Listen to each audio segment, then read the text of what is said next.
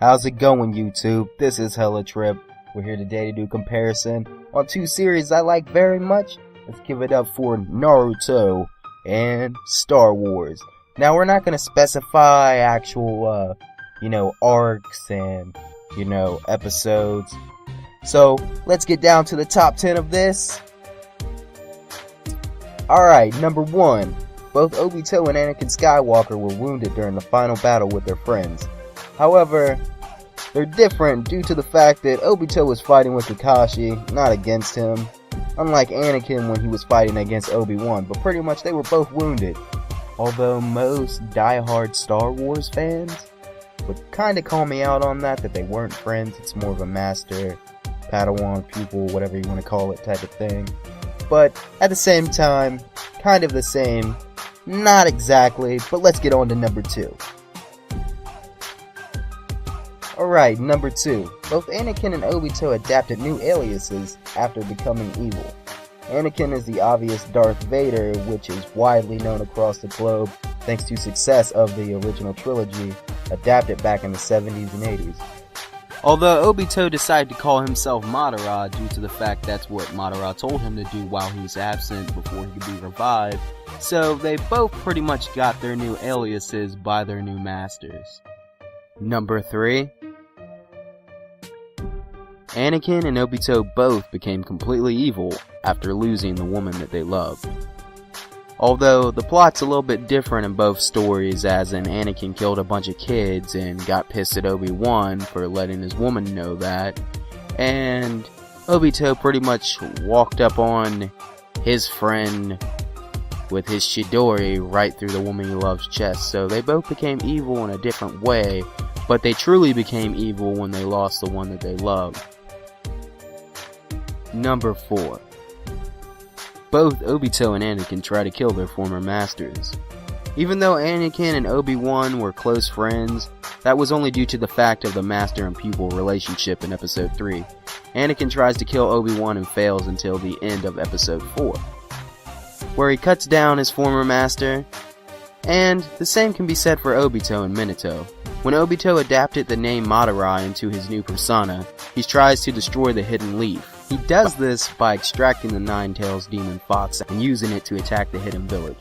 Although, Minato stops him by pretty much teleporting him to a different place, and in the fight he fails to win, but as he flees, the Nine-Tails, losing the control of the Nine-Tails after what Minato does to him, actually kills Minato off before it can be sealed in Naruto. So, it's not at all completely the same, but in a sense, they both do cut down their masters in one way or another.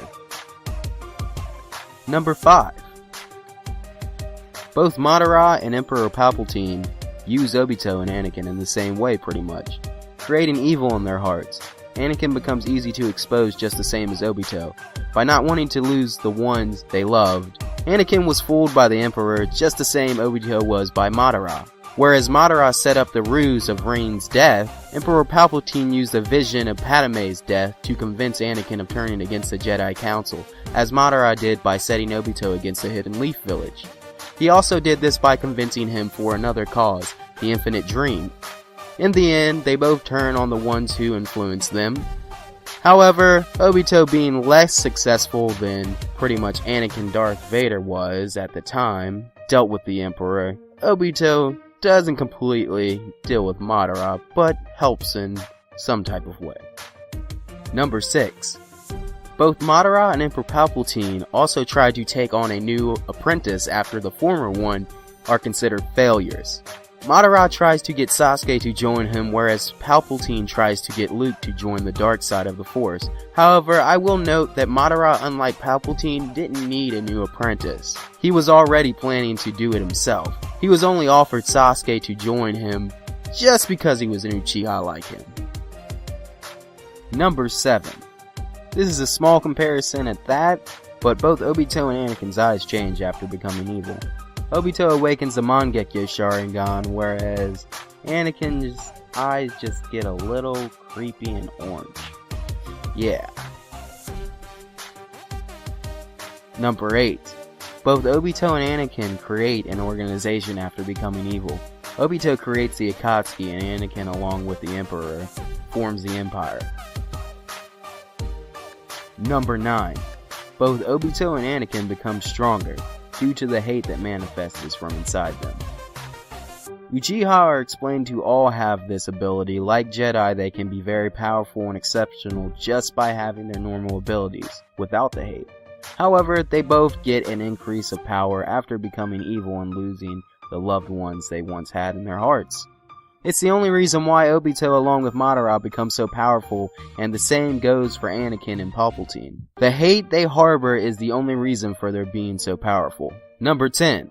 Last on our list, both Obito and Anakin find the good that's left inside of them. They're both convinced by somebody who resembles them, well, their former selves. Pretty much, they let all the hate go. Anakin does this by seeing his son Luke Skywalker becoming evil the same way. He also sees how Emperor Palpatine tries to use his Luke against him, and not only to kill him, but to join the dark side and replace him. As Darth Vader, he helps Luke see that there is still good inside Luke's heart, and he also helps him escape, saving his life and the galaxy at that. Obito is the same. He sees his former self in Naruto and is convinced, pretty much in the final battle, that he can walk this road ahead and he's gonna stand in front and die instead of, trying to be in a dream world like usual. He even fights Madara and tells him that he's no longer Madara, he is Obito like he was in the past. Pretty much, they both do the same thing by saving the main character in the end, by sacrificing themselves at that. And for my final thoughts, although I believe Masashi Kishimoto did not intend this to be similar, or rip off any plots of all that, some people think very much alike. Lucas and Kishimoto have developed not only a solid story for everyone to enjoy, but also having all types of the same life lessons in them, such as loss, friendship, love, and as well as redemption. They all also have multiple spin-offs at that, as well as successful games and accessories. Plenty of fans love to cosplay as these characters they have created as well, and have also empathized with some of the experiences that their characters go through in the story. Naruto isn't as known and loved as Star Wars is, but they both share the same experiences that not only bring joy to the fans, but the people who created and worked on these stories themselves. I believe George Lucas and Masashi Kishimoto themselves share the same values in a way. That's why they made such a great impact on the world and their fans' lives.